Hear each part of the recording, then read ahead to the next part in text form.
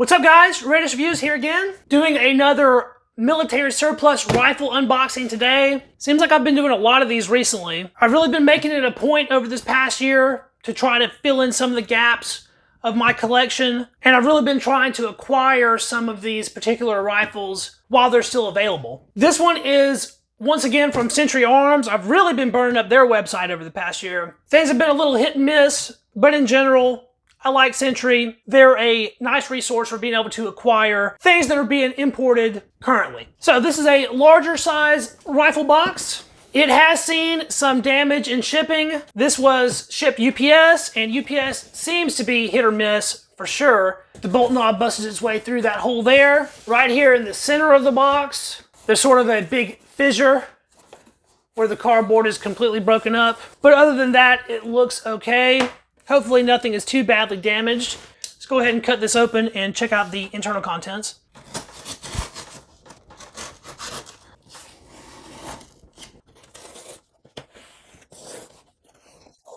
It was taped pretty substantially on the outside. Has a flap that just folds up. There's our packing foam insert. A lot of you will have already noticed that that is a Lee-Enfield front end. Has a little Century Arms card in there, and here is the rifle. I say rifle, it's actually a smoothbore musket. This is about the cheapest military surplus firearm that you will find on the market today. Cheap for a reason. It's because they are in absolutely terrible condition. This is a shotgun Ishapore 410 musket from India. It's a patterned No.1 Mk.III Lee-Enfield that has been chambered in a 410 gauge shotgun shell. Single shot. We'll move our little chamber flag there. As we can see, it's missing the front handguard. It is thoroughly rusted and pitted, has all sorts of weird oils and stuff on it.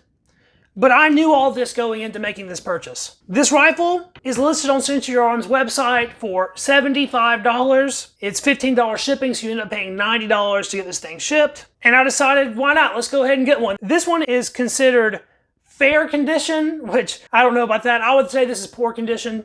They have another option for the same rifle that is listed in poor condition, and those are supposedly even in worse shape than this rifle is. I say this is about bottom of the barrel shape anyway. Let's take a look at this thing right quick and see what we're working with here. The buttstock is loose, first off, so that's not good. I guess I'm gonna need to get there and tighten that up. Hopefully there's nothing wrong with the stock bolt or anything. The actual date on the rifle is a World War II dated rifle, so that's kind of cool. 1941, Rifle Factory Ishapore. From what I understand, Ishapore converted a whole bunch of 303s post-World War II into this 410 gauge for police use and stuff like that. This barrel is just in terrible shape, rust all over it, pitted and corroded. There's the front end with our muzzle. You can see how big the hole is because it is a shotgun. We at least have some of our front hardware. We have our muzzle cover with front sight wings. All that's intact. We do have a barrel band, fortunately. We have the little wing protector for the rear sight. What this rifle is, for me, is just a cool little piece of different history. It's also going to be a project gun for me.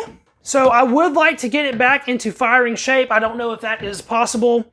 I mean, the condition this is in doesn't look exactly safe to shoot, although 410 is a very low-powered cartridge, so probably not unsafe. Century Arms lets you know straight up on their website that these will be in very bad shape. They express that they will be pitted and rusted, that they've been stored in very suboptimal conditions. To me, this looks like it's been open to the elements for many years, just getting rained on and absolutely abused in the worst way possible. I doubt these have been in service in a very long time. Probably just been sitting around in some kind of open air storage, something of that nature. Butt plate is brass. The stock has a little old repair on it there. It has all kinds of little cool markings in the wood. We have some numbers here, a 138 and all these little stamps and stuff. I don't even know if the bolt will move. Well, it looks like it will a little bit. It's very tough to move, but it does move a little bit. This is going to take extensive cleaning at the very least, and I really need to figure out what's going on with the buttstock. That's got me worried more than anything. I at least wanted a structurally sound stock on it. So originally this would have had a 303 barrel, it would have been a rifle. It would have had your standard No.1 Mk.III magazine, 10 round magazine. The magazine was removed and a wooden plug was put in to this, making it a single shot only. The majority of these rifles do not use standard 410 gauge shells, so it may be a little difficult to procure ammo for it even if I do get it into firing shape. Some of the nicer condition of these rifles were actually imported to the US years ago, and a lot of those had the chambers reamed out enough to fit a standard 410 gauge shell, and those can be fired, although those rifles will actually look like a rifle that should be fired and not a complete mess like this thing is. I mean, it is pretty freaking hideous, but I knew what I was getting into when I got it. I'm looking forward to the project this rifle is going to be, and at the very least, I'll be able to harvest some parts off of it for some other rifles. And if you were thinking about picking up one of these rifles from Century, I mean, this will give you an idea of what the batch is looking like. They did have a good amount of pictures on their website, and so I knew what I was getting into. Check out my hands, covered in dirt. It's extremely dirty, and hopefully a lot of that will clean up. Under the dirt and grime, I just noticed something pretty cool on the right side of the receiver. So even though the date on this side for the Rifle Factory Ishapore is 1941, that's when this thing would have been converted.